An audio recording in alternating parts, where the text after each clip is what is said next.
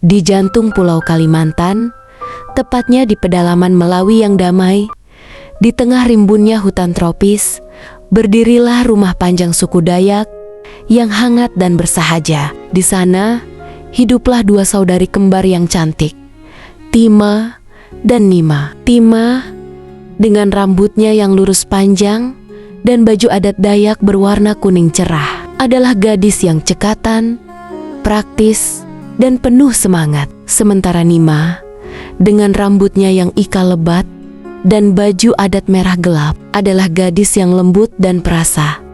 Tetapi ia sering merasa dirinya kurang berarti. Keseharian kedua saudari itu diisi dengan membantu pekerjaan ibu, termasuk mencuci baju di sungai yang airnya jernih kebiruan. Sepulang dari sungai, keduanya memutuskan untuk pergi ke hutan mencari buah-buahan.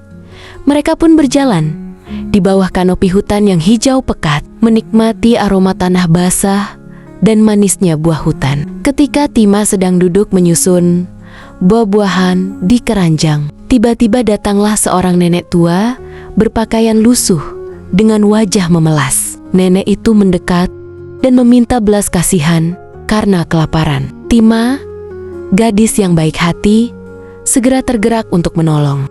Nenek, jangan khawatir.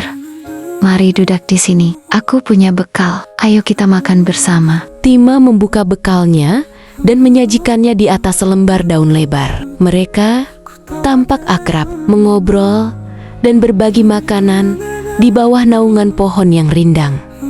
Setelah perutnya terisi, nenek tua itu tiba-tiba mengeluarkan buah labu kuning dari dalam kantongnya. Labu itu tampak mulus dan berwarna kuning keemasan. Terima kasih atas kebaikanmu, Nak. Ini labu untukmu. Sebagai tanda terima kasih karena kamu mau berbagi makanan denganku. Selama dalam perjalanan pulang, Tima dengan antusias menceritakan pengalaman bertemu nenek tersebut kepada Nima yang baru saja kembali dari tempat mencari buah yang lain. Sesampai di rumah, mereka meletakkan keranjang buah dan labu kuning di atas meja dapur. Tima pun hendak membelah labu itu untuk dijadikan sup. Namun, betapa terkejutnya Tima dan Nima begitu labu terbelah. Mereka melihat isi buah labu itu ternyata bukan biji, melainkan tumpukan emas dan perhiasan yang berkilauan. Malam harinya, mereka makan bersama dan menceritakan apa yang mereka alami kepada ibu mereka. Ibu tersenyum, bijaksana. Ini adalah balasan atas hatimu yang tulus, Tima. Emas itu diberikan kepada jiwa yang tidak mengharapkan imbalan. Keesokan harinya, niat buruk mulai merayap di hati Nima. Ia ingin memperoleh labu yang sama seperti Tima. Ia ingin memiliki kalung emas yang sama, peji-paji sekali. Nima bangun. Ia mengenakan pakaian adat merahnya yang lengkap dan berhiaskan manik-manik terbaik. Dengan tekad di hati, ia berangkat ke hutan membawa keranjang buah dan bekal. Di tengah hutan, Nima berhenti dan memetik buah lebat untuk mengisi keranjangnya. Saat sedang asyik, ia bertemu dengan nenek tua itu lagi. Salam, Nek.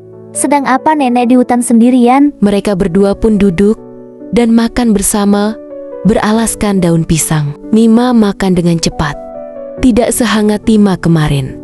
Setelah makan, nenek tua itu mengambil sebuah labu kuning besar dari balik semak. Nima menerima labu itu dengan hati gembira yang didorong oleh harapan akan kekayaan. Sesampainya di dapur rumah, Nima buru-buru meletakkan labu di meja dan membelahnya. Sesampainya di dapur rumah, Nima buru-buru meletakkan labu di meja dan membelahnya. Mungkin ini permata atau emas berkilauan seperti labu Tima. Hanya labu biasa. Aku kira ini akan menjadi keberuntunganku.